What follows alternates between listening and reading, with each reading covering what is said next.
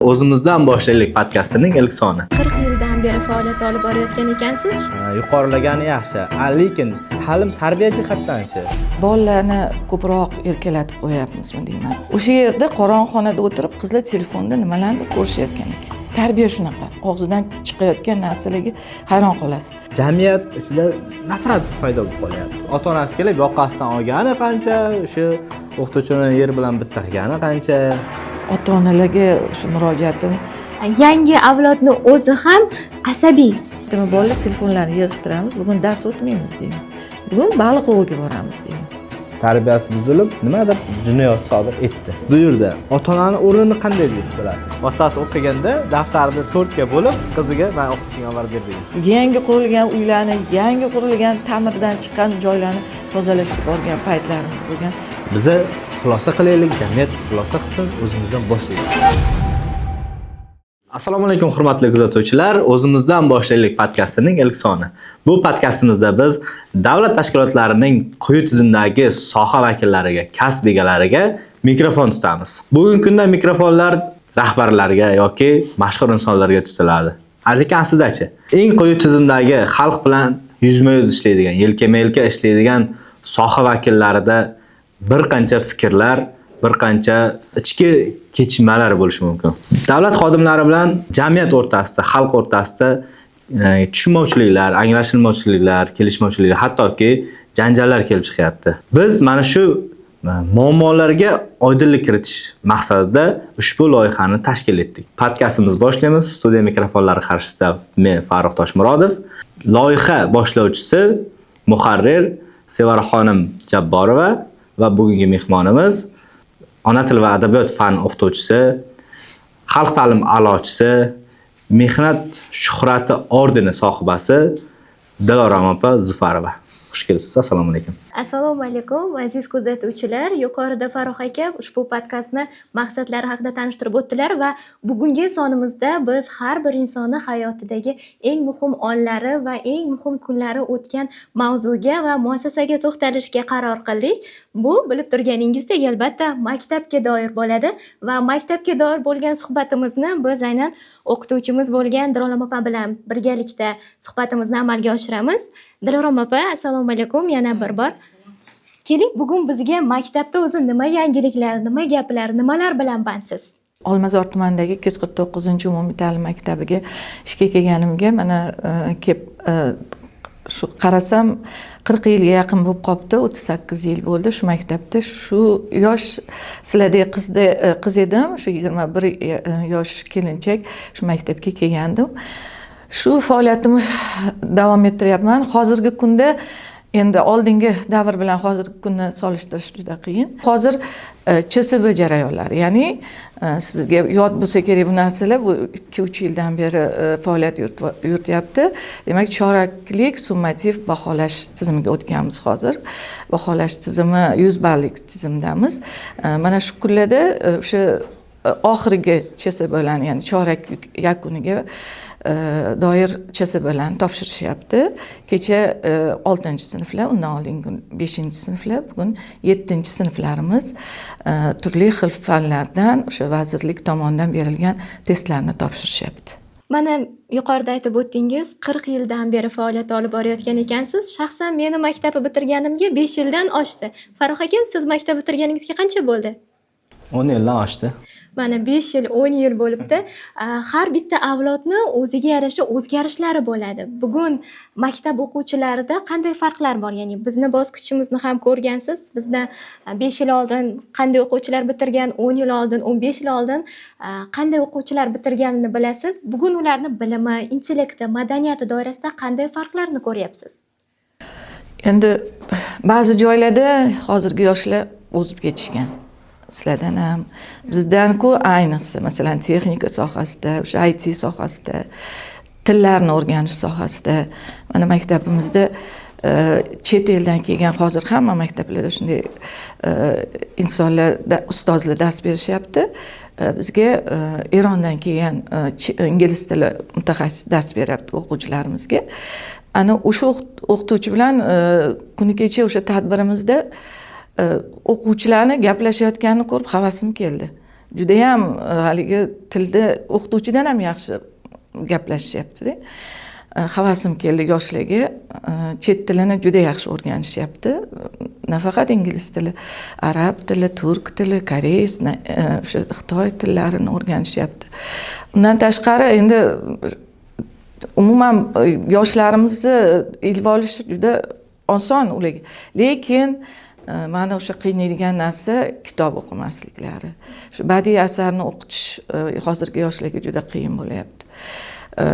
Baribir badiiy asarni o'qish kerak bolalar.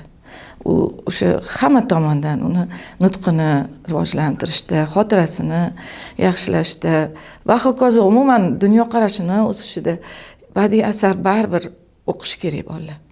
Shuning uchun men o'sha hozirgi yoshlarni mana shunaqa narsalarga qiziqishmayotganidan aniq fanlarni ham o'qishadi. Masalan, matematikadan yaxshi bolalar o'sha tayyorlanib mana o'sha moliya, o'sha narxoz oliygohlariga kirishni istab matematikani o'qiyotganlar ko'p. Va bular matematikadan o'sha aniq fanlardan yaxshi natijalar ko'rsatishyapti. Endi o'sha meni qiynaydigan narsa tilimizga e'tibor kamayib qolyapti. Ona tilini olimpiadaga olib chiqaman sani yoki biror bir narsaga olib chiqaman desangiz, men ingliz tilida qatnashyapman-da ustoz yoki men matematika o'qiyapman-da deb sekin ona tilini ikkinchi o'ringa qo'yib qo'yishyaptimi deganda shu meni qiynaydi. Bir ustoz sifatida, ona tili adabiyoti ustozi sifatida. Lekin baribir tilni men doim aytaman. Men o'sha boshqa tillarni o'rganishga qarshi emasman. Judayam havasim keladi sizlarga.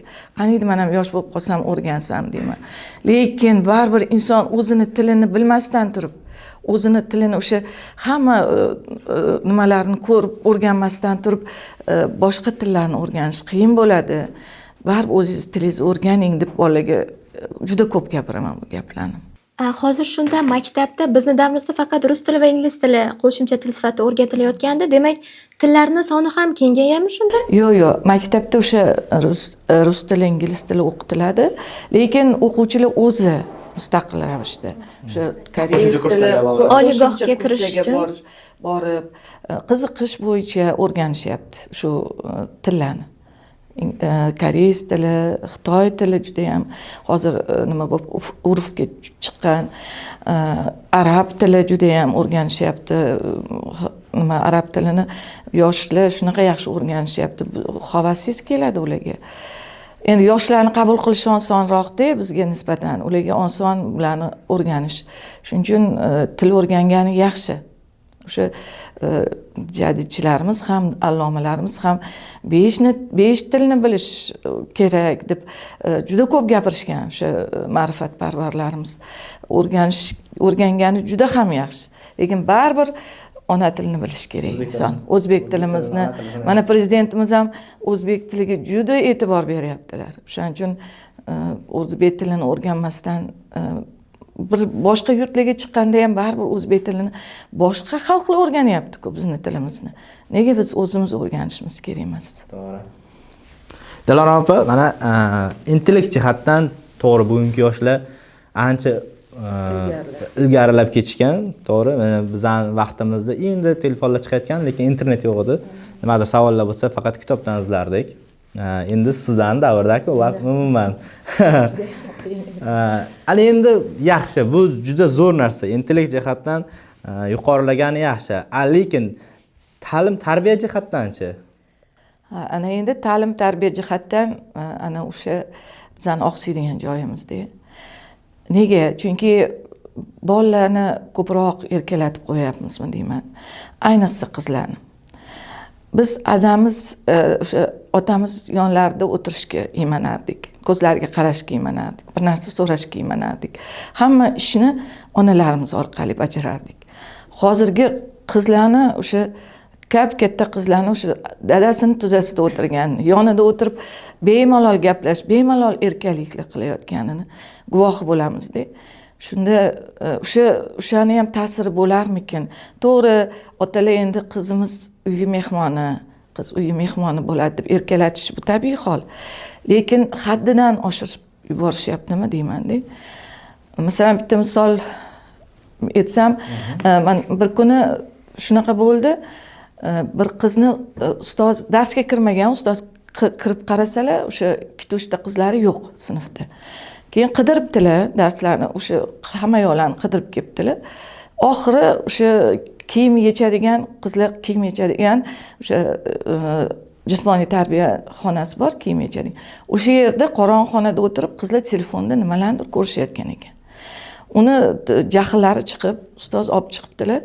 Keyin tez onaga telefon qilsalar, ona olmabdilar. Keyin adaga telefon qildilar. Keyin men endi qo'rqib turman, adaga bekor qildingiz-ku. Jahlarim tezroq bo'lsa, hali yoshligimizda o'qigan o'sha O'tkir Hoshimovning qalbingga quloq soldagi Dilfuzni kuni kemasini hozir adasi kelib zabti tez bo'lsa bir narsa qilib qo'ysa deb qo'rqib turibman haligi nimada. Darsga kirmasdan ham turibman haligi o'rtog'imga yoniga sherik bo'lib. Birdan ada keldilar, qizning ko'zi yosh qilib turibdi endi. Keldilar-da, "Voy qizim, nima bo'ldi? Seni kim xafa qildi? Nima bo'ldi?" Keyin hali voqeani tushuntirsak, "Yig'lama, qo'yaver. Hech narsa qilmaydi. Yig'lama." Shunaqa haligi erkalab gapirayotganlarni ko'rib men hayron qoldim. Keyin men chiqib ketdim, darsga keldim. Keldim, qaytib kelsam, haligi nimamiz, ilmiy bo'lim mudirimiz, o'qituvchimiz shunaqa bir muzdek bo'lib o'tirishibdi-da. Shunaqa oqarib ketgan ranglar. Haligi ota shunaqa haqorat qilib chiqib ketibdi. Keyin men aytdim, o'qituvchilarni, haligi ilmiy bo'lim mudirini ham, haligi o'qituvchini ham. Keyin men aytdim, "Nima bo'ldi sizlarga? Nega bunaqasizlar?" Ustoz Lorampa mana shunaqa deb ketdi haligi ota bizga. Haligi qizingiz shunaqa tarbiyasi bunaqa, ro'mol, qora ro'mol o'raydi, oq ro'mol o'rashsin, maktabda mumkin emas deb gapirsak, ro'mol gapirish sallaga emas. Narigi dunyoda sal o'zlaring javob berasan, hali bu gapirgan gaplaringga deb shunaqa haligi insoniy shaxsiyatiga tegadigan gaplarni gapirib, ustozlarni haqorat qilgandek qilib chiqib ketibdi ota. Ana endi uni eshitib turgan qizi ahvoli nima bo'ldi endi? Uni dugonalarichi? Yana ham o'sha uni haligi qorong'ida nimadirlarni ko'rib o'tirgani, yana darsdan qochib o'tirgani, bu juda ham bir orqada qolib, darsni eshitmasdan, yana o'qituvchini xavotirga, har bitta bola uchun biz javob beramiz, maktabda o'tirgani uchun. Endi uyga borganda u boshqa gap. Mana shunaqa o'sha otalarni hozir qizlarni juda erkalatayotgani ba'zan xohlagan gapni bemalol gapirishadi. Agar mabodo qattiqroq gapirib qo'ysangiz, darrov otalar kelib yonini oladi. Endi men hammasi shunaqa deb ayta olmayman. Bu hali guruchning ichidagi kurmaklar, lekin mana shunaqa joylarda xafa bo'lib ketasiz. Albatta hozir ota-onalar bilan aynan maktab mavzusi juda diskussiyaga aylangan holat. Chunki oldinlari "Etti sizga, suyagi bizga" degan gap bo'lardi. Ustozlar bilan shunday kelishilardi aslida. Hozir balki ota-ona ham farzandlariga munosabat o'zgarib, zamonaviylashib borishyaptimi yoki endi hamma har xil xulosa qilmoqda. Shuning uchun aynan maktabda yoshlarni tarbiyasida xunuk bir voqealarni ham ko'ramiz. Aynan nafaqat ota-onalar, balki o'quvchilarning o'zi ham ustozlar bilan qanday munosabatda bo'lishayotganligi bizni ham xafa qiladi. Bu holatda ko'plar tarbiya jihatidan maktab javobgar bo'lish kerak yoki oila javobgar bo'lish kerak masalasi ham necha yillardan beri aynan diskussiyali, bir mojaroli holatga aylanib ulgurgan. Siz nima deb o'ylaysiz? Aslida kim javobgar? Endi javobgarni qidirishimiz noto'g'ri-ku, lekin oiladagi tarbiya insonning hayotida juda ham katta rol o'ynaydi. Ota-ona juda ham katta rol o'ynaydi. Hozirgi yana bir bizni qiynaydigan masala o'sha ota-onalarni tarbiyalash kerakmi deyman-da ba'zan. Shunaqa ayollar shunaqa nimalar borki, nima deydi, shunaqa bir arzimagan narsalar uchun oilasidan kechib, ajrashib, o'zini bemalol men o'zim bolalarimni boqa olaman, 3-4 ta bo'lganda shunaqa nimalarga kelishyapti, xulosalarga kelishyapti-da, bolani, farzandni keyingi tarbiyasi bilan qiziqishmayapti. U hozirgi o'sha turmush o'rtog'ini qilayotgan, ko'rsatayotgan unga o'sha qiyinchiliklari keyinchalik farzandlardan undan battar bo'lib qaytmasmikin deyman. Otasi tarbiyalabdi. To'g'ri, prezidentimiz tomonidan o'sha ayollarga juda ko'p imtiyozlar berilyapti. Buni suiiste'mol qilish kerak emas. Onalarimiz, momolarimiz nimalarga chidashmagan. Bu degani, hali nima deydi, hamma nima bo'lsa chidash kerak, o'sha qilish kerak emas. Yo'q, endi oiladagi o'sha kelishmovchiliklardagi farzandlar jabrdiyda bo'lib qolishmasin deyman. Mana sal o'sha bolalarning tarbiyasi buzilgan oilalarga, o'sha tarbiyasi buzilgan bolalarni bir yaxshilab chuqurroq o'rgansangiz, oilada o'sha o'sha oilaviy muhit bolaning tarbiyasiga keskin ta'sir qilganini ko'rasiz-da. Mani bir o'quvchim bor edi. Men misollar keltirsam, men o'sha bir o'quvchim bor edi, tarbiyasi juda og'ir. Qiynaldim u bola bilan ishlashga-da, bir 5-6 yil oldin. Nima qilishga hayronman. Oyisini chaqirdim. Oyisi muloyim, shunaqa bir yaxshi ayol. Adasini chaqirdim. Bir payt hozir men adam chaqiraman dedi. Adasi kelyaptilar, men qo'rqib ketaman. U bolaga o'xshagan ada kelib qolsa, meni hozir so'kib, urishib ketsa, deb turibman endi. Chunki hali bolada shunaqa-da, nima, muhit shunaqa, tarbiya shunaqa. Og'zidan chiqayotgan narsalarga hayron qolasiz. Bir payt ada keldilar. Shunaqa bir ajoyib undoq ko'rganingizda, shunaqa bir qo'llar ko'kslardi. Ustoz, sizni o'g'lim xafa qildim. Men uzr so'rayman o'g'lim uchun. Sen hali ustozni xafa qildingmi? Shunaqa meni yonimga olib, shunaqa yaxshi muomala qilyaptilar. Keyin aytdim, hayron bo'ldim. Nega bu bola bunaqa bo'lib qoldi ekan dedim. Vaqt o'tdi, yana haligi bolam tarbiyasida qiynaldim. Kelmay qoladi, ba'zan o'sha kimlar bilandir urushadi, ustozlarga gap qaytaradi. Keyin uyiga bordim. Sal nariroqda, chekkaroqda bizni o'sha oblast tomonda ekan. Biza maktabimizga sal chekkaroqda o'quvchilar ham kelishadi ba'zan. Bordim uyiga qidirib.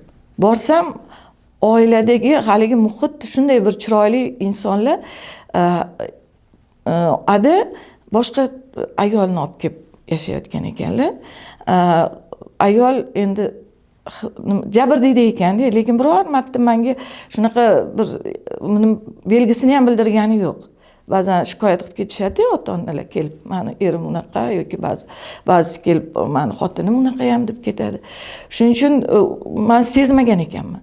Bilsam, u buvi keyin aytib berdilar. Shunaqa buvi endi onani onasi ekan. Adasi shunaqa boshqa ayol deb ketdi dedilar. Keyin sezdimki, demak, bolani tarbiyasida o'sha otani haligi nobop yurgani bolaga juda katta ta'sir qilayotgan ekan. Keyinchalik yaxshi nimaga o'zgardi bola. Tushuntirdim, endi hayot shunaqa, unaqa qilish kerak emas degan gaplarni gapirib tushuntirdim. Hozir katta bola bo'lib ketdi u bola. Shuning uchun aytamanki, o'sha bolalar uchun ham chidash kerak qiyinchiliklarga deb o'ylayman. Yengil qarash kerak emas hayotga. To'g'ri, endi juda ham achinarli bo'lsa, juda ham ayanchli bo'lsa, uni men biror narsa deya olmayman. Lekin arzimagan narsalar uchun ajrashib ketayotgan oilalar farzandini o'ylash kerak deb o'ylayman. Mana tarbiya ana shunda buziladi.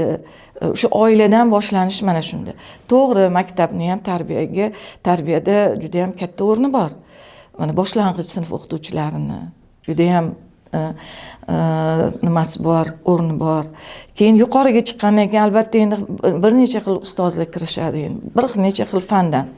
Ularning turli xil dunyoqarashi bor, turli xil xarakteri bor ustozlarning. Endi 4dan 5-sinfga chiqqanda bolalar ozgina qiynalishadi, shuni adaptatsiya qilguncha. Lekin baribir o'sha asosiy tarbiya oiladan olinadi. Dilorom opa, siz ancha tajribali ustozsiz. Ko'p bo'lgan, avvallar ham bo'lardi, lekin kamroq bo'lardi.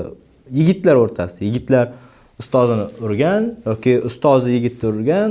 Bugungi kunda o'sha ijtimoiy tarmoqlarda tez tarqaydi. Tez tarqab, jamiyatni, xalqimizni qanaqadir ichida nafrat paydo bo'lib qolyapti o'qituvchilarga nisbatan. Nima o'ylaysiz? Nima qilish kerak bu yerda? Endi nima qilish kerak? Shunchalikgacha borish kerak emas o'zi. O'qituvchi ham o'sha men noto'g'ri deb bilaman, uni o'qituvchi biz pedagogmiz, bola yetaklovchisi deyilgan. Biz qanday bo'lsa ham bolalarni ko'ngliga yo'l topishimiz kerak. Unga yana ham qattiqroq gapirib, qarg'ab, urishsak, albatta u bola faqat yomon bo'ladi. Uni tarbiyasi.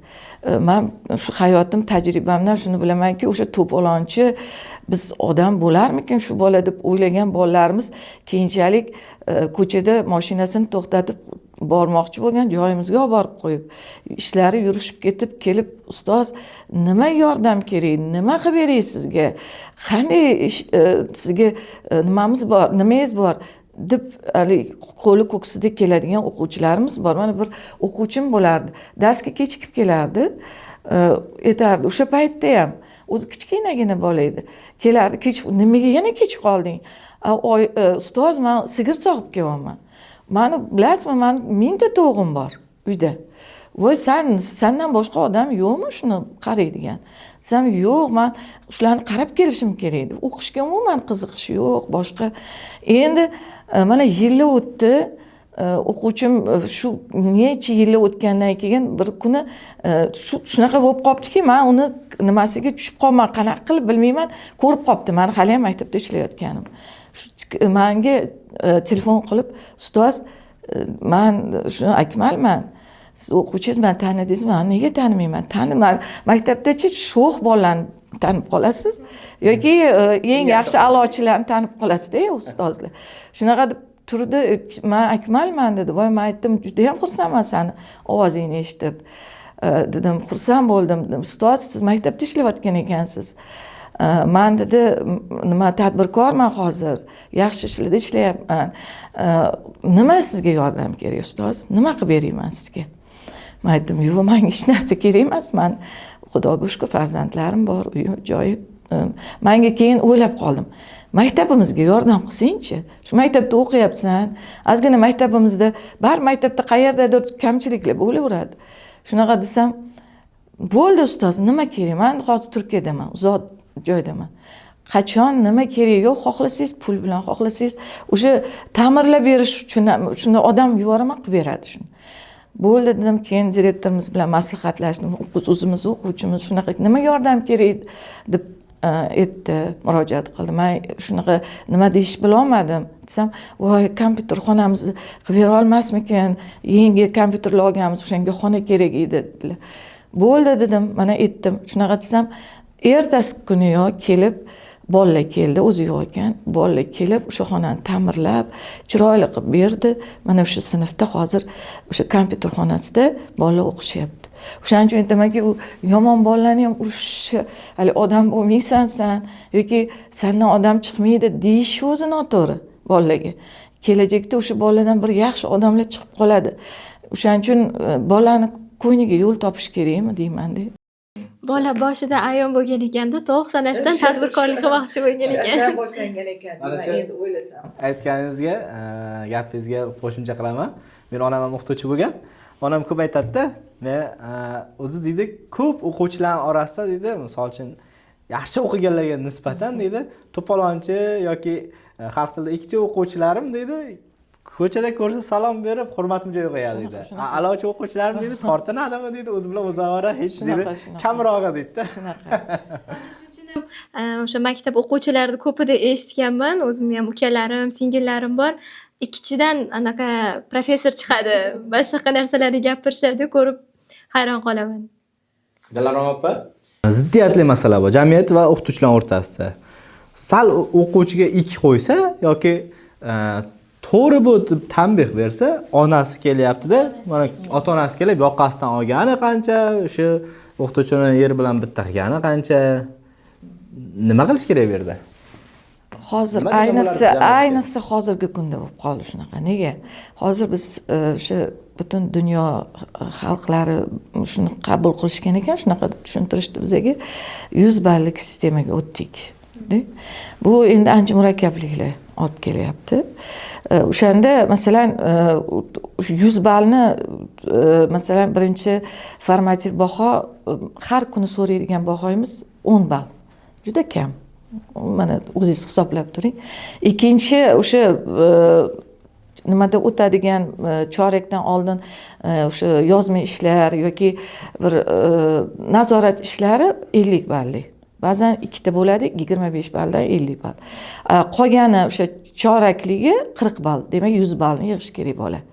Masalan, bolalar bo'ladi, chiroyli yozadi, u nutqi yo'q, 50 ballni o'ynab kulib oladi, masalan, yozma ishdan. Bolalar bo'ladi, nutqi ravon, juda chiroyli gapiradi, ayniqsa adabiyotdan. Asarlarni o'qib keladi, she'rlarni yodlab beradi, lekin yoziga xunuk, ayniqsa o'g'il bolalarda bu narsa. Ular o'sha 50 balli sistemada pastroq ball olib qolishadi. Ana shunda ota-onalar to'polon qilib bu sistema noto'g'ri, bunaqa o'zimiz o'sha 5 ballik sistemamiz yaxshi edi deb juda ko'p nimalar bo'ldi, noroziliklar bo'ldi. Hali ham shunaqalar bor. Unda endi o'qituvchini ham ayblashib yotishibdi. Kelib, "Sen o'sha past baho qo'yding." Yo'q, bu o'sha bilimi bor bolalar o'sha yaxshi o'zlashtiradigan bolalar, mana masalan kecha o'sha CSB jarayonlarida bemalol o'sha testlarni ishlab chiqib ketishdi. Bu narsa o'sha urushishgacha borish kerak emas. Bolani bilim bahoda emas-ku gap. Bola bilim olish kerak-ku. Bu endi bizni o'sha dunyoga chiqishga tayyorgarlik ko'ryapmiz biz.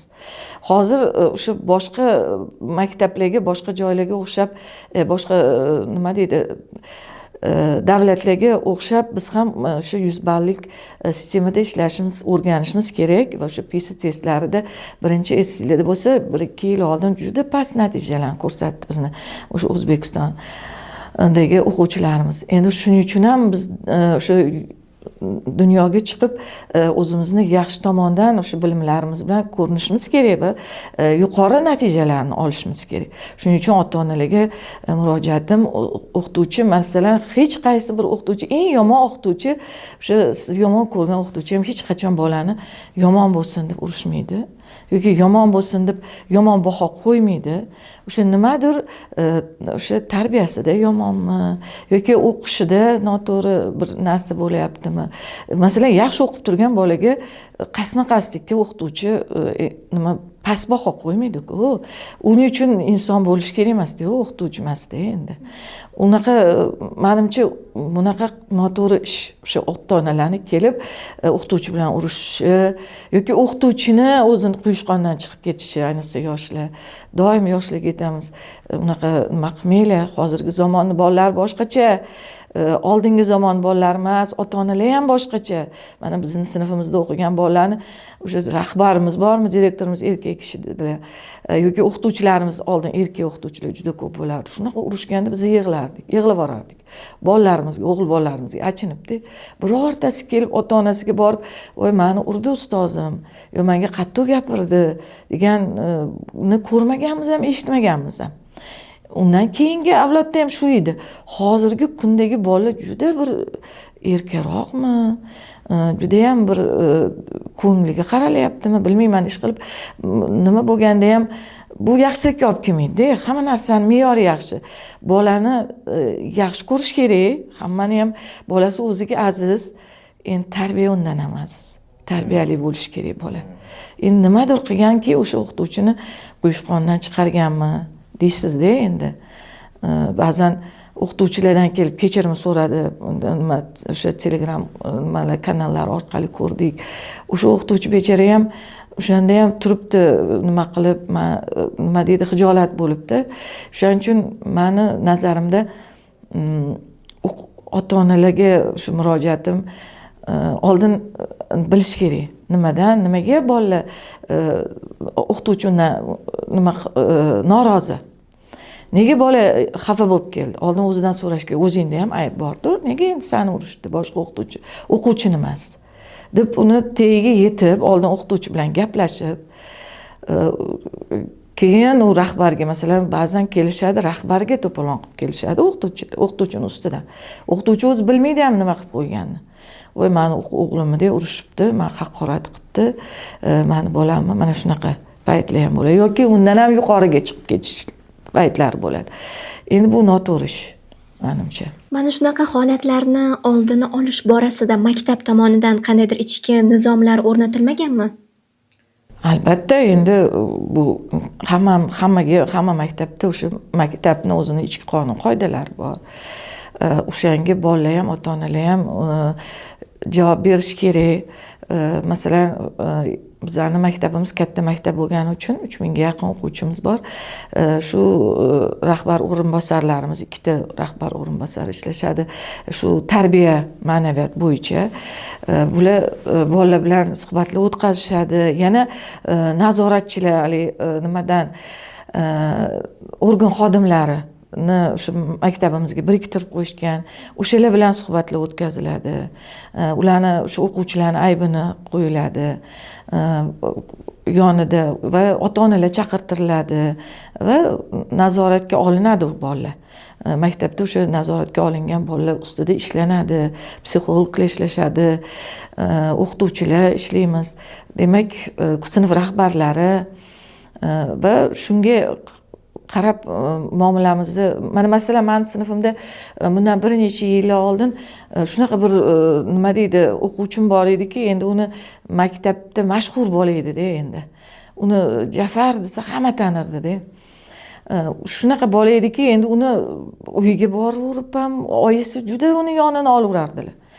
Keyin bir payt shunaqa bo'ldiki, men o'zimni bolamga qilmagan haligi nimalarimni shu bolaga hali mahallasiga borgan, hali uniga borgan, shunaqa qilib sinfdagi bola qolmagan uni nimasiga tegmaganda, hammasini bir urishib chiqqan, urib ko'rgan, ota-onalar shikoyat qilgan, men uni ustidan har bittasida suhbat o'tkazib, qog'oz to'ldirib, papka mana shunday bo'libdi-da.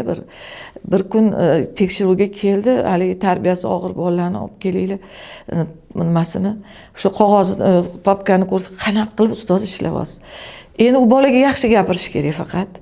Sen yaxshisan, sen haligi haligi muzeylarga ham, boshqa muzeyda ham xohlasa svet chiroqni o'chirib ketish mumkin, bir narsani buzib qo'yish mumkin, sindirib qo'yish mumkin.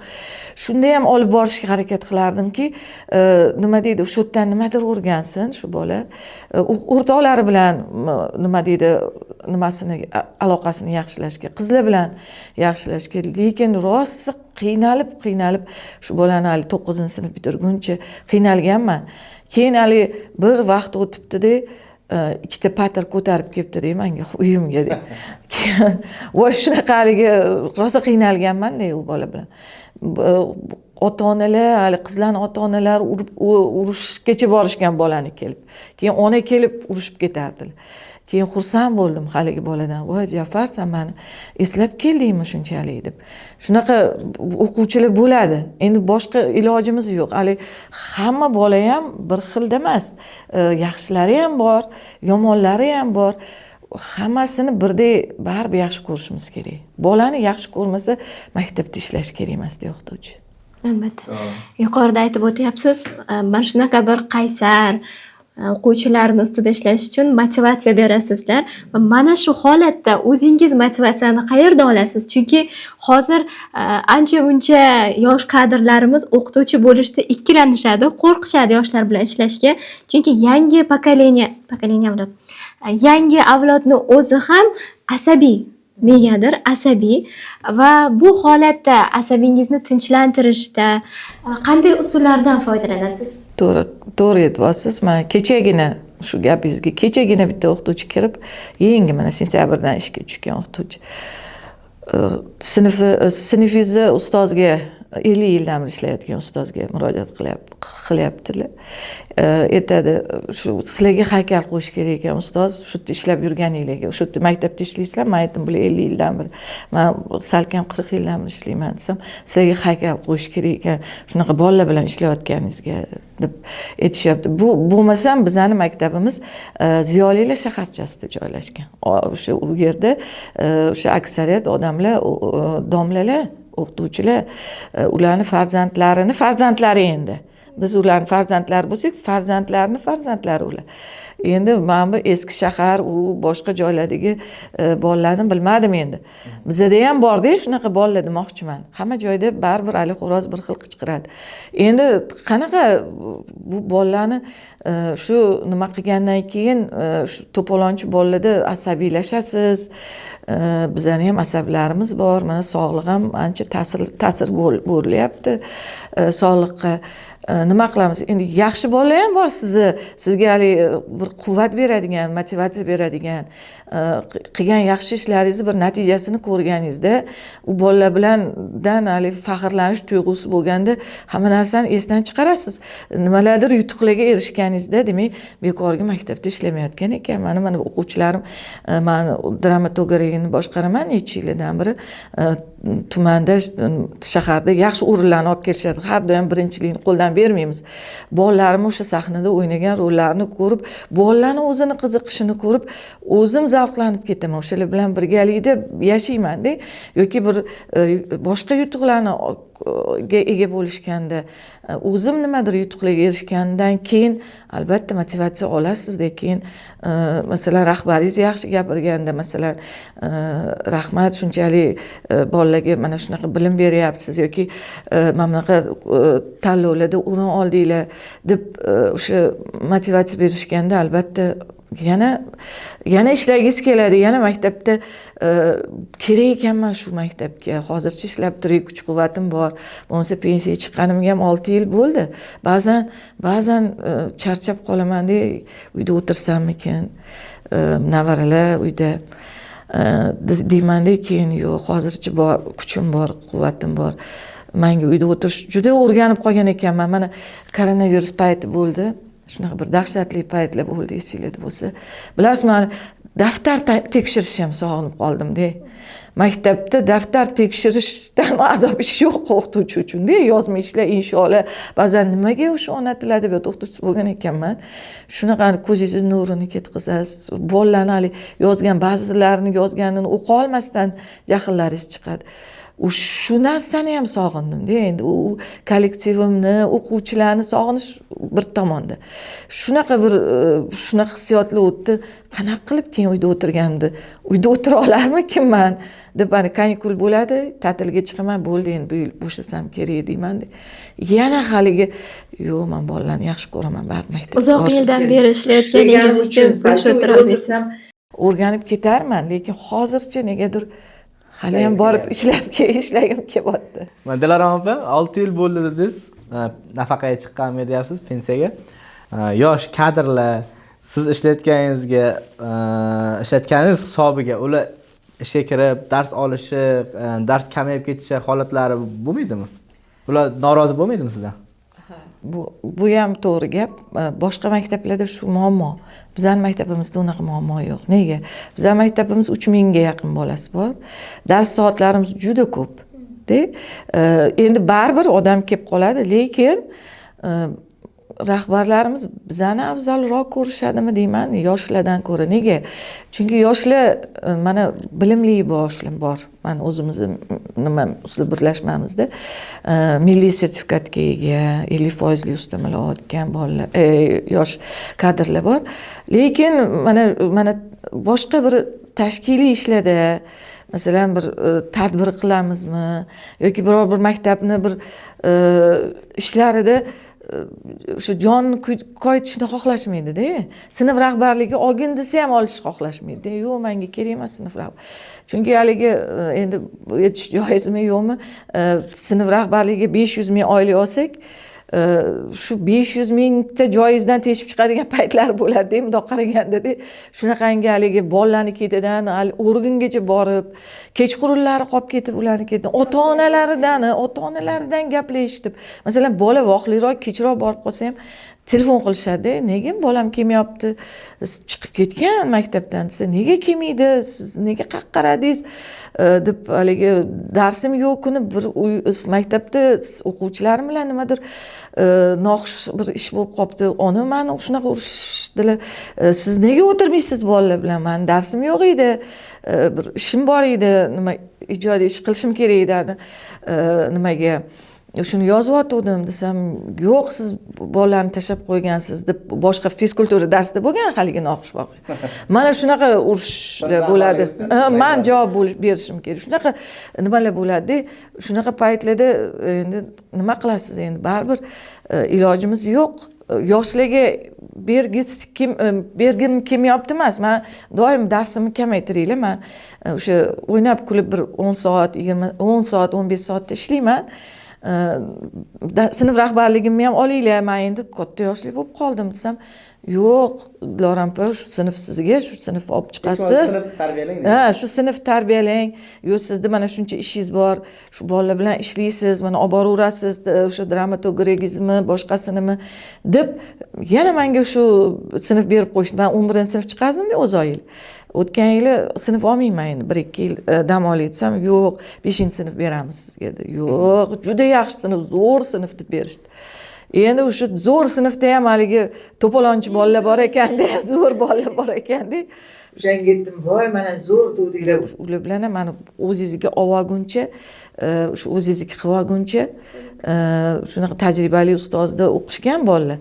Ular juda bir nima qilib bolam, shunaqa deb nima qilib tarbiyalaganlar. Endi menga chiqqanda boshqacha bo'lib qolishdi-da. Boshqacha muhit, boshqacha o'qituvchilar. Shunda baribir qiynalgan paytlarimda aytdim, voy, men ola qolinglar, yoshroqlarga beringlar, eplolmayapman shekilli. Meni buvdek ko'rishyapti shekilli bular. Buvga erkalik qilamiz-ku, bolalar qilishadi-ku. Shunaqa deb ko'rishyapti shekilli desam, yo'q, Diloram opa, eplaysiz. Hozircha hali nima tushib olsin, bular adaptatsiya bo'lsin, keyin eplaysiz, bilamiz sizni deb motivatsiya berish shu bilan yana shu sinf mana 6-sinf bo'lishdi. Demak, bugungi yosh kadrlarda mas'uliyat olishdan qochishyapti. O'sha mas'uliyatlik ham qiyin ishda mana bundoq qaraganda. Undan ko'ra dars kamroq olib, o'sha sertifikatga 50% ustama olishadi ular. U bilan juda yaxshi bo'lib qoladi oilalar. Bizdan ko'p olib qolishi mumkin-da, agar darsi sal ko'proq bo'lsa. Men uni ko'ra olmaganim uchun emas, o'sha ularni jalb qilgim keladi. Bizani ham boylab bergani yo'q. Bu yil ishlasak, yana yilga ishlamasligimiz mumkin. Sog'lig'imiz ko'tarmayapti.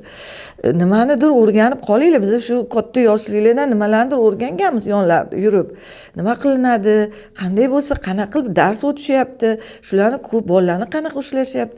Darsga kiringlar. U to'g'ri, bilim zo'r bo'lishi mumkin inson. Bilimdon bo'lish juda dal testlarni 100dan 100% yechish mumkin. Lekin bolam bilan ishlash boshqa narsada. Shuning uchun ular katta yoshdagi ustozlarning darslariga kiringlar, o'rganinglar, tadbirlarda kirib o'tiringlar, qo'shilishinglar, nimalardir qilinglar o'sha sahnalarda. Degilarim deymiz o'sha yoshlarimizga. Endi olgani olishyapti, olishmagani endi ularchi ba'zi o'qituvchilar bor, maktabdan yuqoriga ko'tarilish osonroq ekanda, maktabda ishlasa, karyera qilish yaxshiroq bo'lar ekan deb tushundim men. Shunaqalar ham kelib qoladi adashmakda. Aksariyatini xayolda tezroq ishlab ko'tarib ketish kerak. Endi maktabda qolib ketmayman, ustoz, men maktabda ishlamoqchi emasman. Chunki bugungi yoshlar o'qituvchi bo'lish juda qiyin ekanligini tushunib yetganda, ayniqsa bunaqa videolar chiqishi ham, ijtimoiy tarmoq ham ta'siri bor. Shunaqa. Endi opa mana sinf rahbarligida o'ziga yarasha qiyinchiliklari bor, to'g'ri, lekin o'ziga yarasha yaxshi tomonlari ham bor. Meni onam aytganman, o'qituvchi aytdim hozir so'z boshida, onam o'qituvchi bo'lgan. Har yili to'xtatmasdan sinf chiqargan.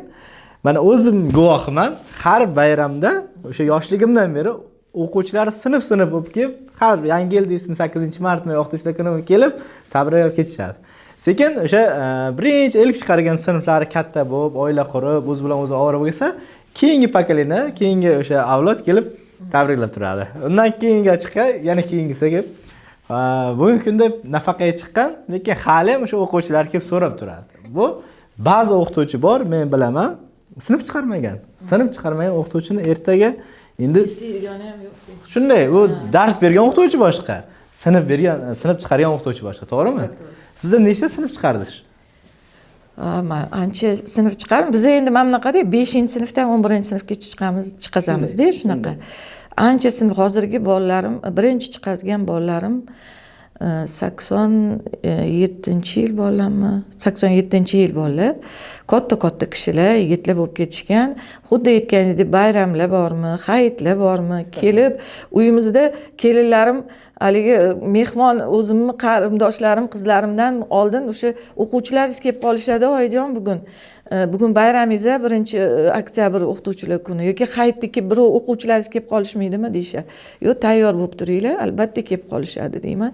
Xursand bo'laman. Juda ham xursand bo'laman o'quvchilarim. O'sha necha yil oldin bitirib ketgan o'quvchilarim meni eslab kelishadi.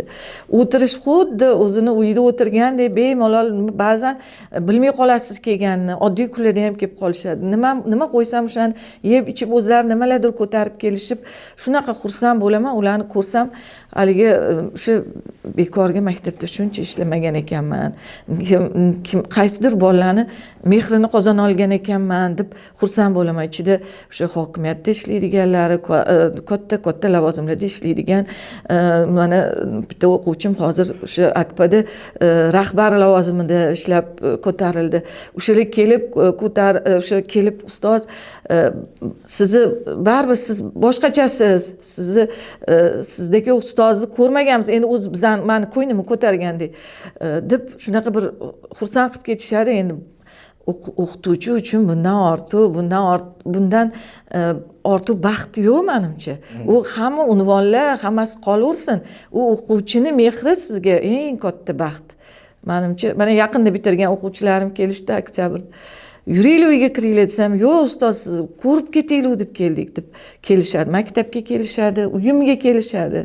O'shaning uchun bu menimcha ustoz uchun katta baxt. Aytishadi-ku, ustozlik sharafli va mashaqqatli kasb. Bu balandparvoz gap emas, to'ppa-to'g'ri gap. Men qayerga borsam o'quvchim bo'ladi-da. Voy ustoz, bankka boramanmi? Yoki bir nimagami, restorangami, kafegami, qatlagadir borsam, ustoz deb yonimga kelishadi. Bu yil nimaga Issiqko'lga ketyapsam, Issiqko'lda aeroportda o'quvchim. Ustoz keling, keling mamtga. Yo'q, men ham navbat turaman. Yo'q, keling. Mana shunaqa o'quvchilarimiz, o'qitgan hamma sohada bor. Va balki ba'zi o'qituvchilarni teskari qarab olishar. Lekin o'zlari kelib, ustoz yuring, men assistentdim, siz ona tili ustozimizsiz deb, mana shunaqa yoki sinf rahbarimizsiz deb, mana shunaqa juda ham sharaf bu menimcha deb o'ylayman-da. Bundan ortiq baxt yo'q ustoz uchun. Siz hozir aytib o'tyapsiz, hayolimga birinchi o'sha sinf rahbarim yodimga tushdilar. Ochig'i ular yosh edilar va 2-3 yil oldin olamdan o'tib qoldilar. Yosh bo'lsalar ham eslayman, matematika ustozi edilar-da ular. Matematikadan yaxshi o'qimaganman aslida va shunchalik bolalarga bittalab kelib tushuntirardilarki, hatto tushunmasam qayta kelib yonimga u 2-3 marta bo'ladi, 4 marta bo'ladi, erinmay tushuntirardilar. Mana shu ustozimni qayta o'rgatgani bugungi kunga qadar, mana maktabni tugatganimiz, u olamdan o'tganliklari hammasi bo'lishidan qat'iy nazar qayta nimadir qilishimga sababchi bo'lib qolganlar va aynan mana shu holatdan keyin matematikadan a'lo darajada o'qishni boshlaganman. Yuqori sinflarda ham katta kitoblari bor edi. Usmonov kitoblari bor-ku, o'sha kitoblarni ham ishlashimga sababchi bo'lgan inson bo'lganlar. Ustozlar o'zi ona kabi bo'lishadi va har bitta o'quvchini bag'rilariga olib salomlashishlari shu qadar esimda qolib ketganki, ustoz deganda birinchi o'rinda mana shu ustozim yodimga tushadi. Dilorom opa, mana qishloq joylarida, o'zim qishloqda katta bo'lganim bilan bilaman. Ayam, dadam shu maktabda ishlaganlar ko'p, maktab hayotini juda ko'proq o'sha maktab ichida bo'lganmiz. Nafaqaga chiqqanda aksariyat qishloqdagi o'qituvchilar shu nafaqa yoshi tezroq, vaqtliroq belgilansa deydi. Nafaqaga chiqib, shu bolalarimga, navaralarimga qarab, shu bolalarim kelinim ishlasa, shu bolalarga qarab o'tiray, navaralarga qarab o'tiray deydi-da, ko'proq chiqishni xohlaydi ertaroq. Shaharda qanaqa? Nima deb o'ylaysiz? Shaharda ham mana o'sha baholash tizimi sal murakkablik qilib, ba'zi ustozlar uni juda hali kriteriylari ko'pda, hisobotlari juda ko'p. Ana shunaqa joylarda ba'zi ustozlar ketib qolayotgan joylari ham bor. Lekin bizada o'sha dars borligi uchun, shu maktabimizga kerakligimiz uchun maktabda ishlab turibmiz. Endi ba'zi joylarda balki o'sha dars kam bo'lishi mumkin. Bizani masalan tumanimizda ham shunaqa maktablar bor, ikkitagina sinf. Bizada 10 talab sinfda, parallel sinflar 10 talab. Farqi bor-ku endi. Ana shunaqa joylarda ba'zan voqli o'sha nafaqaga chiqib ketishi ham mumkin.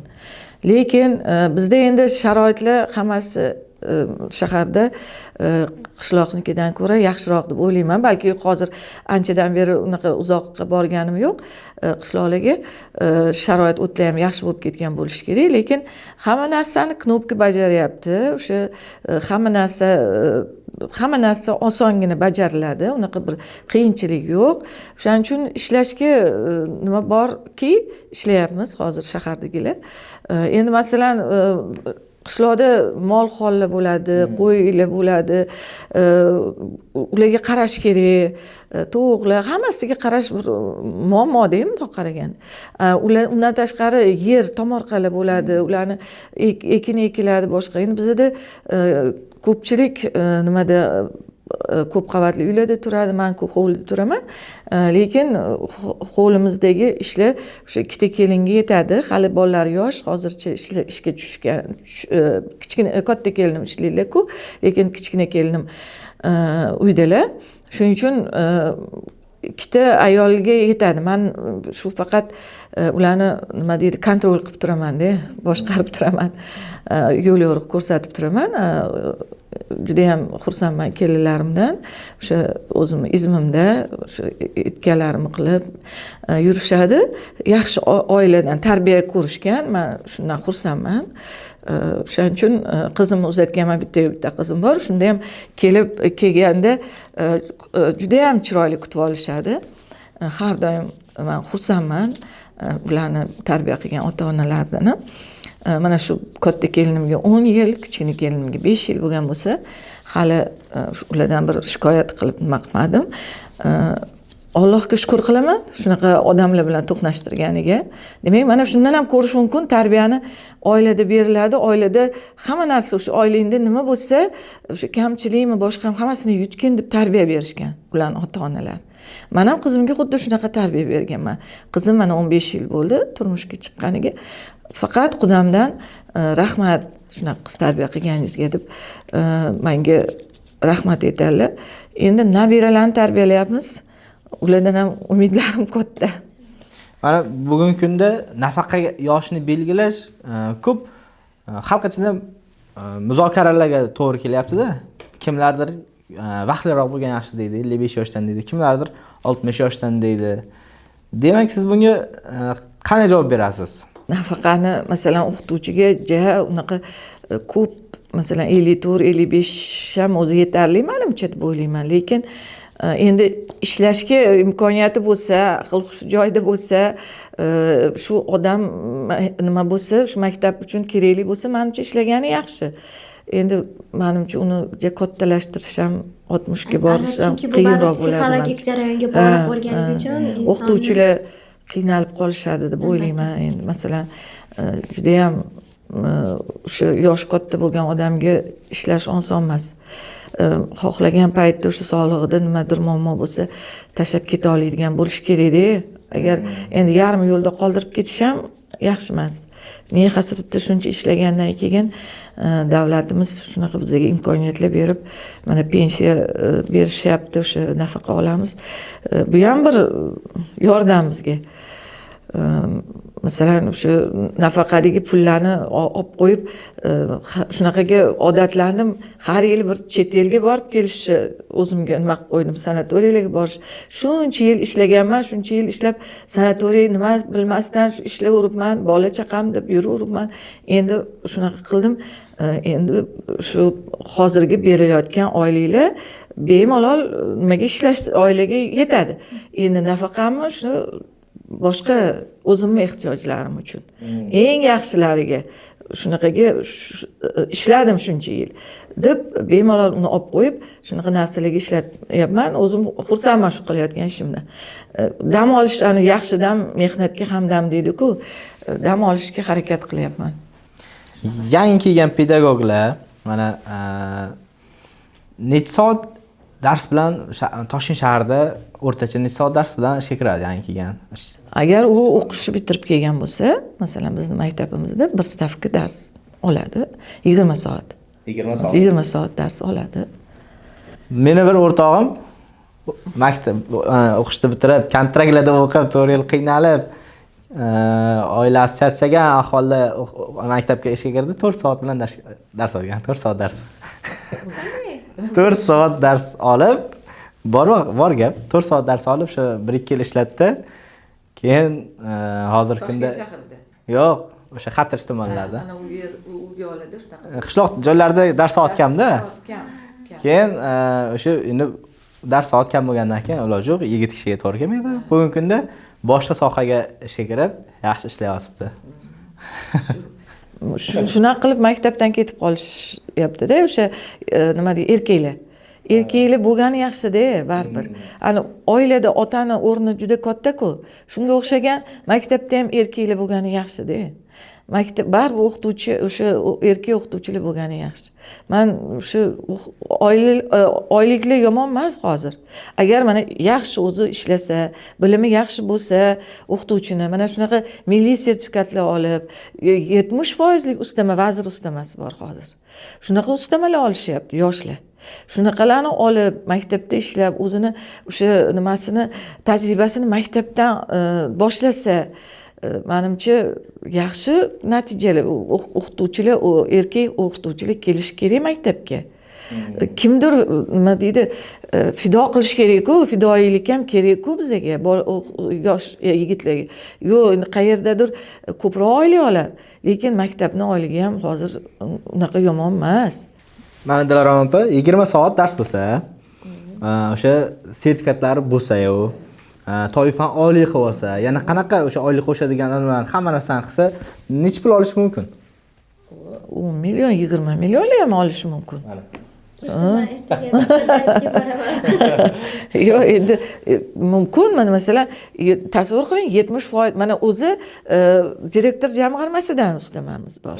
U yaxshi ishlagan o'qituvchilar o'shanga, masalan, men shunaqa ustama olaman. Milliy sertifikatga topshirib ko'ray dedim, endi qo'y, shu yoshimda milliy sertifikatga boramanmi yoshlar bilan deb, o'zim yana nima qilaman. O'quvchilarim borib topshirib nima milliy sertifikat olishyapti. Ustoz, boring siz ham deydi. Negadir cho'chiyman. Endi sal bir 10 yil oldin bo'lganda borardim deyman-da. Mana o'sha direktor jamg'armasidan, keyin o'sha milliy sertifikat 50%, yana mana hozirda ustozimiz 70% ustama olyapti, ingliz tili ustozimiz. Ancha men endi undan aynan so'ramadim-ku, lekin ustozlarning ichida 20 millionlab, 10 millionlab oylik olayotganlar bor. Bor-da shunaqa ustozlar. Faqat harakat qilish kerak. Harakat qilish kerak. Ishlash kerak. Endi jamiyatda ko'p hozir fikr bo'lib qolgan, o'qituvchilar oyligi kam, o'qituvchi kim bo'lasan, nima bo'lasan degan narsa bo'lib qolgan. Unaqa kam emas. Oldingi paytlarda mana shunaqa paytlar bo'lgan, men juda qiynalgan paytlarim bo'lgan. Men o'qituvchiman oddiy. Xo'jayinimlar kasal bo'lib qoldilar. Infarkt bo'lib qoldilar. Keyin ishlash mumkin emas bo'lib qoldi. Ular nimada restoranda ishlardilar. Keyin shunaqa bo'ldi, ishlamay uyda o'tirib qoldilar. 2 farzandim kontraktda o'qishadi. Shunaqa payt bo'lman ham juda kam oylik olardim. Bu oyligim shu oilani boqishga zo'rg'a yetardi. Endi kontrakt to'lash kerak. Unga uyda o'quvchilarni o'qitib, repetitorlik qilib ham shu oilani boqishga yordamlashganman-da. Shunaqa qiyinchilik paytlar bo'lgan. Bu mustaqil paytda ham unaqa oshib ketgan oyligimizni maza qilib yurgan paytlarimni eslashim qiyin-da. Keyin mana endi bolalarim Allohga shukr yonimga kirishdi. O'g'illarim ham o'zim yomon emas oyligim. Katta o'g'lim hazillashib qo'yadi, oyim eng boyuvchi onalar deb qo'yadi. Onamdan so'rab qo'yaver deb qo'yadi kelinga, hazillashibdi. Mana shunaqa joylari bor. yomon emas. Men shu o'qituvchilikni hali juda oldinlari hali eng nima past tabaqada deb ko'rishardi-da. Endi xudo qilishga ham uyalishardi, o'qituvchimi pastkash bo'ladi o'qituvchilar deb. Yo'q, hozir o'qituvchilar hali Abdulla Oripov she'rlari bor-ku, shunaqa vaqt keladi, muallim ham yaxshi mashinalar haydaydi, zo'r to'ylar qiladi deb. Shunaqa kunlar keldi. Allohga shukr. Ya'niga shukr. Endi o'shaning uchun ham ishlagimiz keladi-da. Albatta. Shu joyda aziz kuzatuvchilarga yuzlanaman. Aziz kuzatuvchilarimiz, eshitdingiz, endi bemalol oliygohni tamomlagan bo'lsangiz, diplomingizni olib, til sertifikatingiz bo'lsa, uni olib, maktabga borib, bemalol ishga joylashingiz mumkin. Faqat sizdan albatta o'qituvchilikni o'ziga yarasha mehnatlari bor. Unga chidamli bo'lishingiz, sabrli bo'lishingiz talab etiladi. Yo, endi o'sha pul topish manbai deb maktabga kelish kerak emas-da o'qituvchi. O'qituvchi bolani birinchi navbatda yaxshi ko'rish kerak. Ikkinchi navbatda ozgina unda fidoyilik bo'lmasa, ozgina jonini qiynab yormasa, u o'qituvchi bilmadim, endi o'qituvchini hech kim hurmat qilmaydi. U pul topish manbai emas maktab. Maktabda juda qiyinchiliklar ko'p. U qiyinchiliklarni yengib o'tish oson emas. Unaqa masalan men aytamanki, maktab bolani yaxshi ko'rmasa, o'sha fidoyilikka nima turmasa, fidoyilikni o'zini bo'yniga olmasa, u o'qituvchilik qilmagani yaxshi. Boshqa kasb qilsin. Shu fikringizga ba'zi o'qituvchilarni bilaman maktabda o'sha sohasini endi institutda ham amallab bitirgan bo'ladi-da ular. Har xil yo'llar bilan bitirgan bo'ladi. Sohasini mutaxassis bo'lmaydi. Yaxshi bilim bera olmaydi. O'sha uni o'quvchilar o'zi biladi qanaqaligini. Unga yarasha hurmat ham yo'qoladi. Shunaqa o'qituvchilarga siz nima degan bo'lardingiz? Birinchi navbatda agar o'qituvchi bo'lish xohlasa odam, men endi bir ko'p yillik tajribali ustoz sifatida aytamanki, o'zini fanini juda ham yaxshi o'rgansin. Qanaqa qilib bo'lsa ham o'rgansin. U o'quvchilarning yonida nima hurmatini yo'qotib qo'yadi u. O'zini fanini bilmagan o'qituvchini qanaqa qilib hurmat qilish mumkin endi? Qanaqa bolalar juda nima, shunaqa bolalar bo'ladi, har qayolidan sizga savollar topib kelishadi. Sizni o'ylantirib qo'yadigan savollar berib qolishadi. Ana shunaqa paytda tayyor turish kerak. Juda bo'lmasa, o'sha narsani bilmasa ham situatsiyadan chiqib keta olishini bilish kerak. Uning uchun dunyoqarashi keng bo'lish kerak o'qituvchini. Ko'proq kitob o'qish kerak. Badiiy kitob, u qaysi fan o'qituvchisi bo'lishidan qat'iy nazar badiiy kitob o'qisin. Savodi yaxshi bo'lsin. Men shunaqa o'qituvchilarni bilaman, savod shunaqa oqsaydi. O'sha nimalar yozishayotganda xat o'sha yozilayotgan nimalarda shunaqa xato bilan yozishadiki, ziyoli insonlar xato qilishga haqqimiz yo'q. Unaqa savodsiz bo'lishga haqqimiz yo'q. Bizni hech kim hurmat qilmay qo'yadi. Keyin bolalarga aytaman, o'quvchilar nutqimizni rivojlantirishimiz kerak. Ertaga rahbar bo'lishingiz mumkin. Siz bitta gapga qovushtirib gapira olmasangiz, siz hurmatingizni yo'qotib qo'yasiz. Keyin o'sha yozayotganda bir to'g'ri yoza olmasangiz, o'zi savodsiz u rahbarimiz deydi, siz uni oldida bir hurmat yo'qoladi shundoq ham. Shuning uchun savod bo'lishi kerak insonda. Keyin aytayotganimdek o'sha bolani yaxshi ko'rish kerak. Yaxshi ko'rmasa o'qituvchi bo'la olmaydi. Bo'la olmaydi. Uni Ali Tursunoy Sodiqovaning gaplari bor, o'sha yaxshing yomoningdan aylanay deydi-yu. Qanaqa bo'lish, yaxshimi, yomonmi, yaxshi ko'rishimiz kerak uni. Mayli uni kamchiliklari bilan yaxshi ko'rishimiz kerak. Bu bizlarga o'tkazib yuborar. Ba'zan shunaqa paytlar bo'ladi, haqoratlab ketgan paytlar ham bo'ladi, bolalar. Bir-biriga bir narsaga urishsangiz, boshqa qilsangiz, ota-onasi sizni haqoratlagan paytlaringiz bo'ladi. Lekin o'shalar kechirimli bo'lishimiz kerak. Ularga to'g'ri yo'l ko'rsatishimiz kerak. Chunki biz o'qituvchimiz, ustozmiz. Albatta, ustoz o'zi sinfda 30 ta 40 ta o'quvchi bo'lsa, bo'lajak rahbarlarni, ilmiy egalarni, tadbirkorlarni, har bir sohani o'zini yetuk bir insonlarini tarbiyalashadi va bu borada albatta madaniyat yo'nalishimi, savodxonlikmi, har bir yo'nalishda ega bo'lishlar darkor va bilimni o'zi baribir yetarli bo'lmaydi. Unga inson yetkazib berish uchun metodi kerak bo'ladi va o'qituvchi deganda birinchi o'rinda xayolimga o'zini usuliga ega bo'lgan inson keladi. Chunki agar o'zingizni usulingiz bo'lmasa, bolalarni ergashtirishingiz qiyin va ularga bilim berishingiz qiyin. Ayniqsa ayniqsa bugungi avlodni. To'ppa-to'g'ri. Men masalan o'sha men hozir 5-6 sinf, 11-sinflarni chiqazdim o'tgan yil. Bu yil 5-6 sinflarni olganman. Bolalarni hozirgi zamon bolalarini oddiy darslar bilan, gapirib berish bilan qiziqtira olmaysizda. Men shunaqa qilaman va ularga telefon qiziq, men darsimdan ko'rada agar bundoq olib qochsangiz.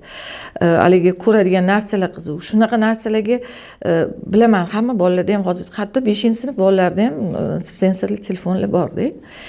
Ana shunaqa paytda aytaman, bolalar telefonlarni yig'ishtiramiz, bugun dars o'tmaymiz deyman. Bugun baliq oviga boramiz deyman.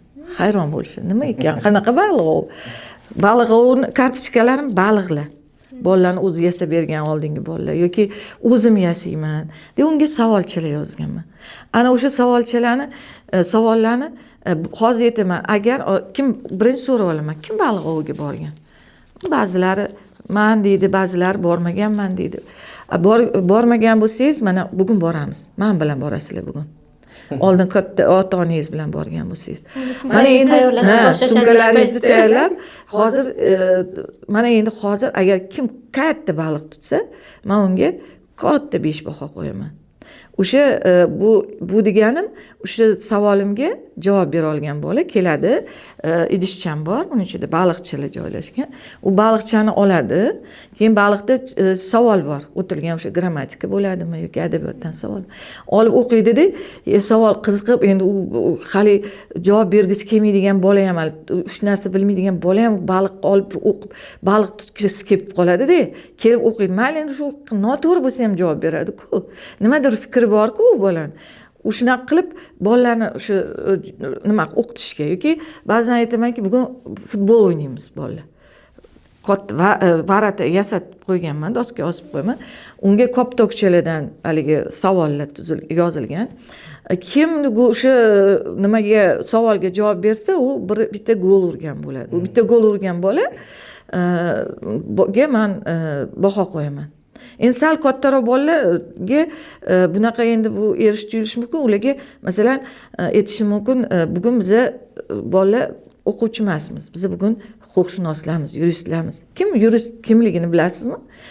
Men bunaqa ishga qiladi yuristlar. Kim yurist bo'lmoqchi? Men bo'lmoqchiman, men bo'lmoqchi. Ko'pchilik xohlaydi yurist. Keling, bugun shuni sinab ko'ramiz deyman.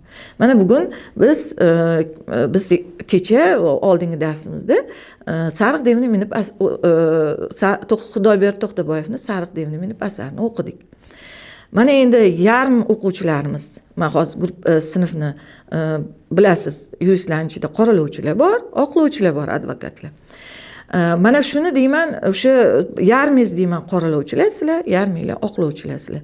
Bugungi bizani o'sha nimamiz, o'sha tahlil qiladigan insonimiz, demak Hoshimjon. Qani endi Hoshimjonga bir oqlovchilar ta'rif bersin, oqlashsin uni. Qoralovchilar bir qoralashsin uni, ayblarini aytsin. Endi bolalar qiziqib ketishib, qanaqa shunaqa bir nimalarni topishadi oqlash uchun. Hoshimjon yaxshi bola, o'rtoqlarini o'zini o'ylamasdan o'rtoqlariga ham 5 baho qo'yib qo'ygan. Faqat o'zini o'ylamadi u, yaxshilik qilish xohlaydi ko'pincha. Haligi nimani uyiga borib, folbinni kirdikorlarini o'ylab topdi. Shuning uchun u masalan nima deydi, u bola yaxshi bola deb o'sha nimalarni men esimga kelmagan, hayolimga kelmagan narsalarni o'ylab topishadi. Endi qoralovchilar shunaqangi qoralab tashlashadi. U o'rtog'ini ham yomonotlik qilib qo'ydi, baho qo'yib. Nima deyapsizlar sizlar? Hali nima bahs munozaralar bo'lib ketadi bolalar. Endi bu balki ba'zan noto'g'ri ham javob berib qo'yishi mumkin. Lekin bola fikrlayapti, eng asosiysi. O'ylayapti biror narsani-da, muhokama qilyapti. Ana shunaqa paytlarda boshqa qahramonlarni ham shunaqa qilib nima qilishimiz mumkin, tahlil qilishimiz mumkin-da.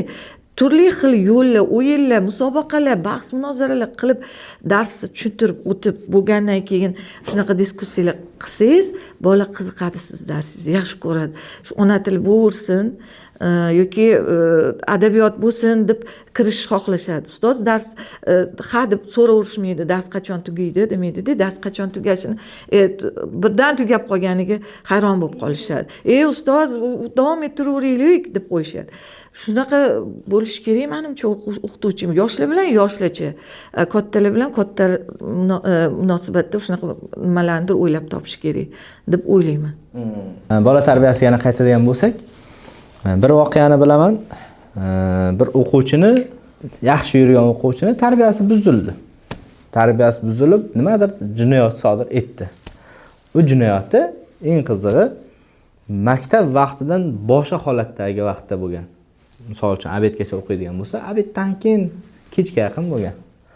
Ana endi bu yerda hukumatimiz endi bola tarbiyasi uchun hammang javobgarsan deydi, bu to'g'ri. Chunki bitta bolaga 7 mahalla ota-ona deganda gap. Siz bu yerda ota-onaning o'rnini qanday deb bilasiz? Sizda ham hech bo'lganmi? Borib sizni so'roq qilavergan, nega qaramaysan? Ba'zida bilaman ota-ona kelib, yoqasidan ola o'qituvchi, sen qaramagansan bolamga deb. Nima deysiz? Yuqorida aytganimdek, men juda ko'p borganman hali hokimiyatga, hali ichki ishlarga, ba'zi to'polonchi bolalarimni orqasidan nimadir yomon noto'g'ri ishlar qilib qo'yishganda, masalan, darsdan qochib kompyuterxonaga borib ishlanib qolgan yaxshi bolalar o'zi. Nimagadir darsdan qochishganda o'sha kelib hali reyd bo'layotgan paytda ushlanib qolgan, unda ichki ishlarga javob berishimga to'g'ri kelib qolgan. Mana shunaqa o'shanda ota-onalar nega siz nima qilmadingiz, siz qaramadingiz, men darsim emas, boshqa darsdan qochib ketgan paytlari bo'lgan. Ota-onalar bizani ayblashadi ba'zan. Lekin o'sha endi yomonroq jinoyatlar, unaqa narsalar bo'lmagan-ku, o'sha ba'zi noto'g'ri bolalar bilan nimalar urushib qolishgan bolalar, bir-biriga nimadir yomon qattiqroq ziyon yetkazib qo'ygan. Mana shunaqa paytlarda albatta baribir maktabni ayblashga harakat qilishadi ko'pincha ota-onalar. Lekin bu endi palakat deydimi? Ba'zan o'sha bo'lib qoladi-ku, bu bolaga rosa tushuntirishga harakat qilaman. Birov urushayotgan bo'lsa, siz borib ajratib, nima qilmang, ichiga kirishib ketmang. Siz ham aybdor bo'lib qolasiz. Kattaroq odamni chaqiring yordamga yoki bir yoningizdagi kattaroq odam ketayotgan bo'lsa, ularni chaqirib, yordam bering, bular urushyapti deb agar yordam bergisi kelsa, bo'lmasam shart emas siz aralashishingiz. Siz katta aybdor bo'lib qolasiz yoki bir nima bo'lib qolish, aybdor bo'lib qolishingiz mumkin. Masalan, o'zingiz bir qattingizdir shikast yeyishi mumkin. Masalan, ichki organlarga masalan tepib ham qolishadi. Jahl chiqqanda aql ketadi deydi-ku. Bir xil paytlarda bolalarning hali nimani yig'ilib, talpalari shunaqa bo'ladiki, nima qo'rqib ketasiz-da. Ajratmasangiz, kattalar tez hali birdan jahl qilib, bir-birini nimadir arzimagan narsalar bilan urushib qolishadi bolalar. Bola-ku ular hali. Ana shunaqa paytda bizni kattalar bir ajratib nima qilmasak bo'lmaydi. Endi uni orasiga ota-onalar kelib, "Meni bolam aybdor emas, sen bu bola aybdor, sen buni bir xil ko'rmaysan." Mana shunaqa joylari ham bo'lib qoladi-da. Ana shunaqa paytlarda ota-onalarga aytgan bo'lardim. Endi bolaga o'zi to'g'ri tarbiya berish kerak. Bolalarga aytib turish kerak, unaqa nimalarga aralashmagin. Urush yaxshi narsa emas. Kuchingni ko'rsatish odam o'sha hadislarda ham kelgan-ku, mana eng kuchli odam jahlini tiya olgan odam. U pahlavon, kurashlarda yutgan odam emas. O'sha jahlini tiya olgan odam kuchli odam hisoblanadi. Jahlingizni tiydingizmi? Ana o'sha sizni aqlligingiz, sizni nimangiz, sizni yutug'ingiz bo'ladi bu. Keyin o'zingiz rahmat aytasiz deb bolalarga tushuntirishga harakat qilamiz. Endi olgani oladi, olmagani baribir o'sha ota-onalar ham o'sha men doim aytaman, o'sha onalarni juda bir hozir shunaqa bo'lib qoldiki, qizlarni maktabni bitirsada, uzatib yuborsada o'qish shart emas. Eri boyuvchi bo'lsa, turmush o'rtog'i boy bo'lsa-da, u boqib oladi. Uni ilmli bo'lishi yoki bir kasb olishi shart emas. Men aytaman, yo'q deyman, o'sha qizlarimga, mana 11-sinf qizlarim, 3 ta qiz o'qishga kirmadi, 22 ta o'quvchimdan, qizlarimdan. Qolgani hammasi o'qishga kirishdi. Juda bo'lmaganda o'sha kunduzgi kechki boshqa sirtqi bo'limlariga. Men rosa tayinladim. Qizlar, ertaga siz mayli sizni ishlatmasin, mayli uyda o'tkazib qo'ysin malikalardek. Lekin siz ertaga farzand tarbiyalaysiz. Ana o'sha farzand tarbiyasida sizning o'rningiz juda katta bo'ladi. Ota ko'chani inson, odami. U ko'chaga chiqadi, pul topaman deydi, ishlaydi, kechib keladi. Siz uydasiz, uyda bo'lishingiz mumkin. Ana shunda siz bolangizni tarbiyalash uchun ham o'qishingiz kerak, ilmli bo'lishingiz kerak, hunarli bo'lishingiz kerak deb qizlarimga rosa tayinlayman. Hozirgi qizlarimga ham gapiraveraman. Shuni qulog'iga olishdi qizlarim, o'quvchilarim.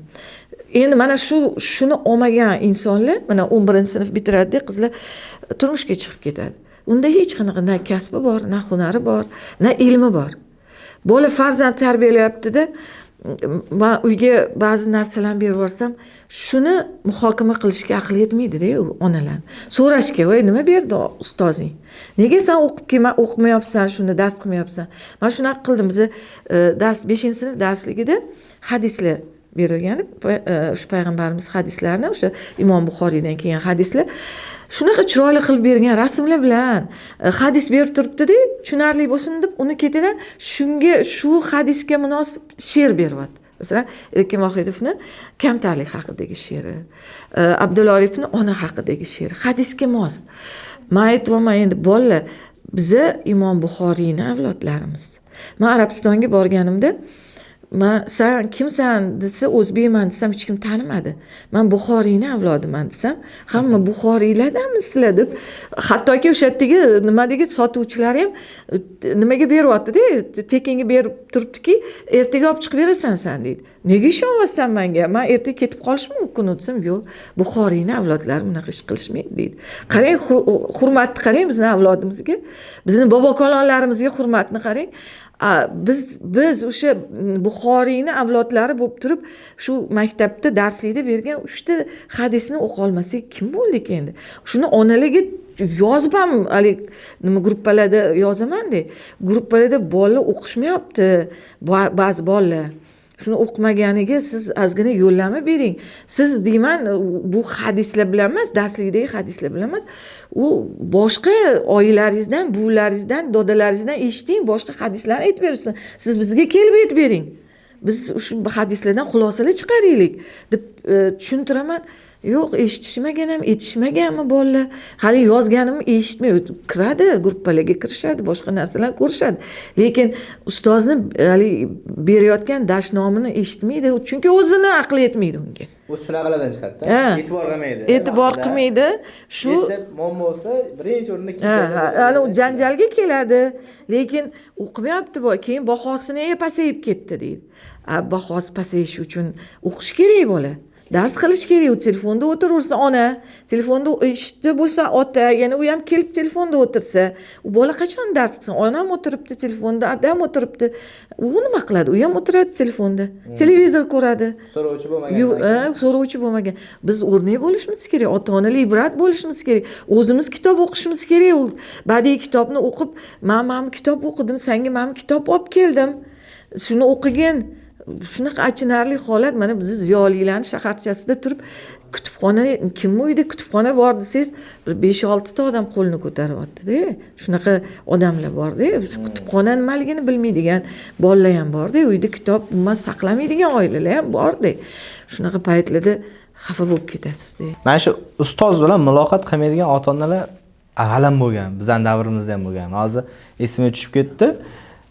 Siz Telegram gruppada yozamiz dedingiz. Ilgari o'sha bizni maktabda o'qib yurgan vaqtlarimiz Telegramda unchalik urf bo'lmagan, telefon bo'lgan, lekin telefonda gaplashish, zarrilda gaplashganda odamlar bir-biri bilan telefonda, mana o'sha qo'l telefonlari bilan. Nima qilinardi? Daftar bo'lardi. Daftar tutilardi, ota-ona bilan muloqot daftari bilsangiz kerak sizlar ham. Yo'q, ota-ona bilan muloqot daftari bo'lgan. Keyin bir ustoz o'quvchi qizni sal balalar baholari tushib ketgan, o'quvchi qizni haqida yozib bergan. Hurmatli ota-ona, sizni qizingizni ozgina baholar tushgan, sal unaqa yomon gapirmagan, sal e'tiborli bo'lsangiz yaxshi bo'ladi deb berib yuborgan bo'lgan. U qizdan, qiz otasiga olib borib bergan.